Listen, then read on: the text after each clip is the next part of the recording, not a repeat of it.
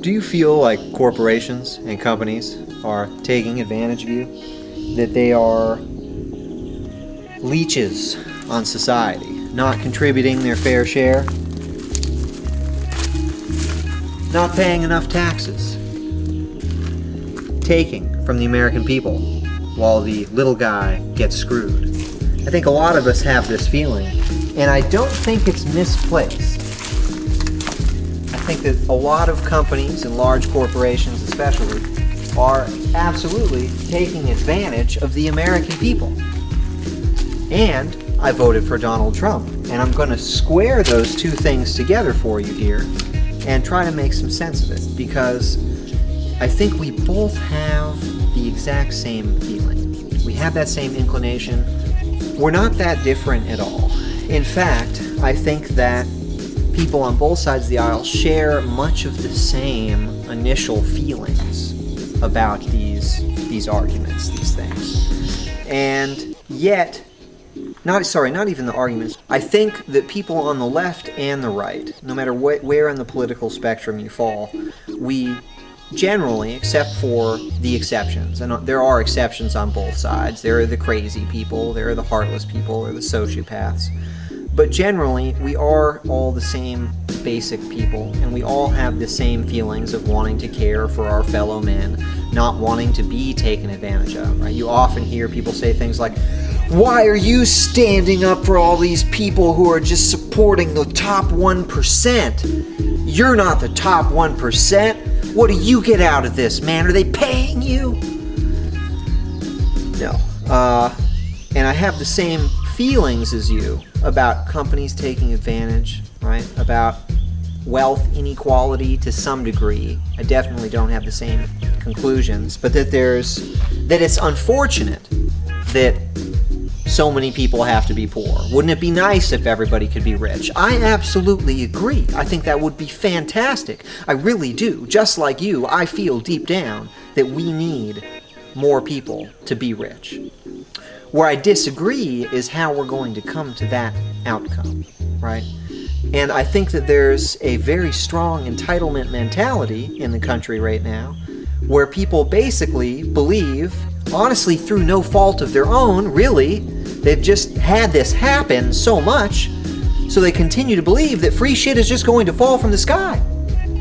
And it's just going to manifest, because that is what our country has been doing for a long time, right? Since World War II, and frankly even before. But since there was a point right during and after the war when we had our GDP was something like 26 times the next largest GDP. We were an absolutely enormous, unstoppable superpower of industry, of science, of education and research. And we're leading the way. So while we used to have this wonderful and amazing, and for many decades we maintained this 26 times GDP, and of course we didn't have that large of a GDP advantage, but we maintained our golden age for as long as we could. And people have been born in a world that every human before us could scarcely imagine. The luxury and the wonder and the physical comforts that await us at every step of our lives. And we rarely, even the poorest among us, don't have to ask for it. It is provided. It is provided like manna from heaven. You may have to move your hand gently on a form and fill out some things. Ooh, challenging, taxing, brutal. Maybe take you a couple hours in line or something, right? Absolutely brutal. All of our ancestors in ages past had to scratch and dig and claw with tooth and nail for every single second of survival. And now we're in a world where things literally fall from the sky. And unfortunately, that has blinded a lot of people. And now, as things fall and rain from the sky, we have grown our culture to a size such that a size and an entitlement mentality so that we are really screaming and demanding for this reign to continue, like primitive savages out in the fields, because we think we're far removed from our ancestors. We're not so far removed. And so imagine these primitive savages out in fields, angry and screaming and chanting for rain. They're like, why hasn't it rained? And in fact, they're grabbing one of the villagers and they're sacrificing virgins and they're doing crazy shit, because that's what people do. We do crazy shit. And we're not different than that. We're still doing crazy shit and screaming and demanding that more shit just rains down from some mythical place that we think, and well, the corporations or the high frequency speculators, or no, it's the ultra rich, it's the fossil fuel companies, it's somebody, no, everybody needs to pay their fair share.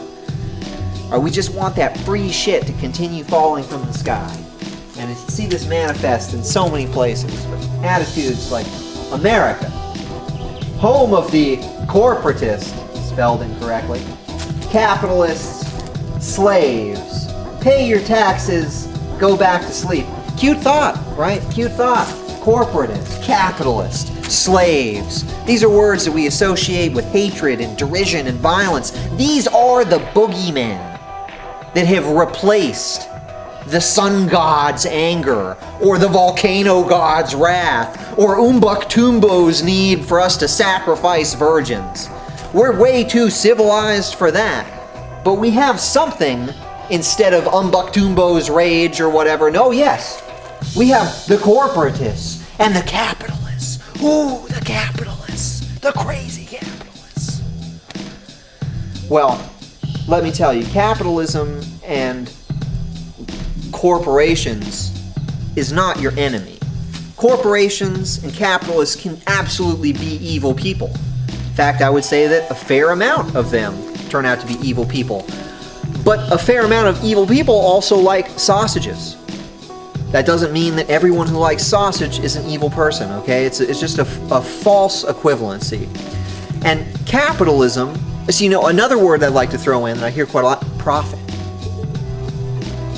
Profit! Especially in healthcare.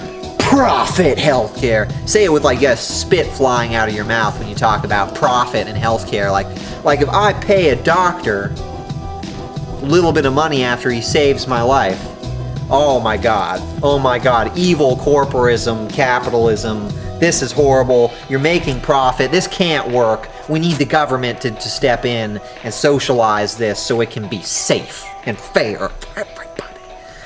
No, I don't think so. I think that if I give my doctor some of my labor that I've worked to produce something, whether it's money, or maybe I'm a farmer, or maybe I'm a carpenter or something, I give my doctor something in exchange for helping me.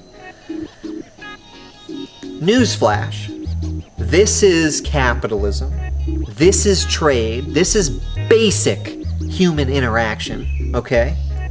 And if my doctor profits just a tiny bit off that, makes some money to feed his family, is that such a bad thing?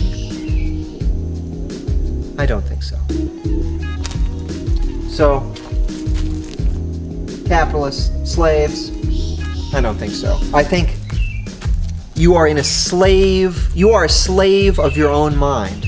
A prison you have created, and that has been created for you, of luxury pillows, of junk food, prepackaged, ready for you to just scoop into your mouth. Most of it they designed so you don't even need to chew it that much. It's nice and light and airy and puffy, and you don't have to even move at all to exist. Previously, you'd actually have to exist in the world as an animal, interacting with things around you. You don't have to do that anymore. And you've created this prison of soft walls, soft pillows, soft life that is tainting your worldview.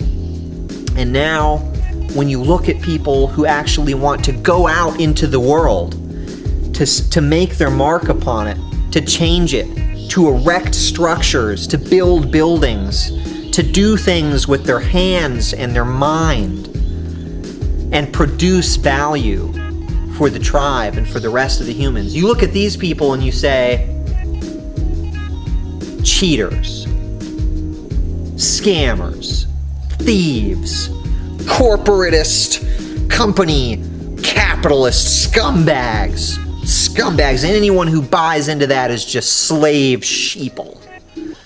Well, I think you should step out of your soft luxury pillow prison of the mind and try to experience what the real world is like without life being handed to you on a beautiful plastic, not silver anymore, a beautiful plastic platter.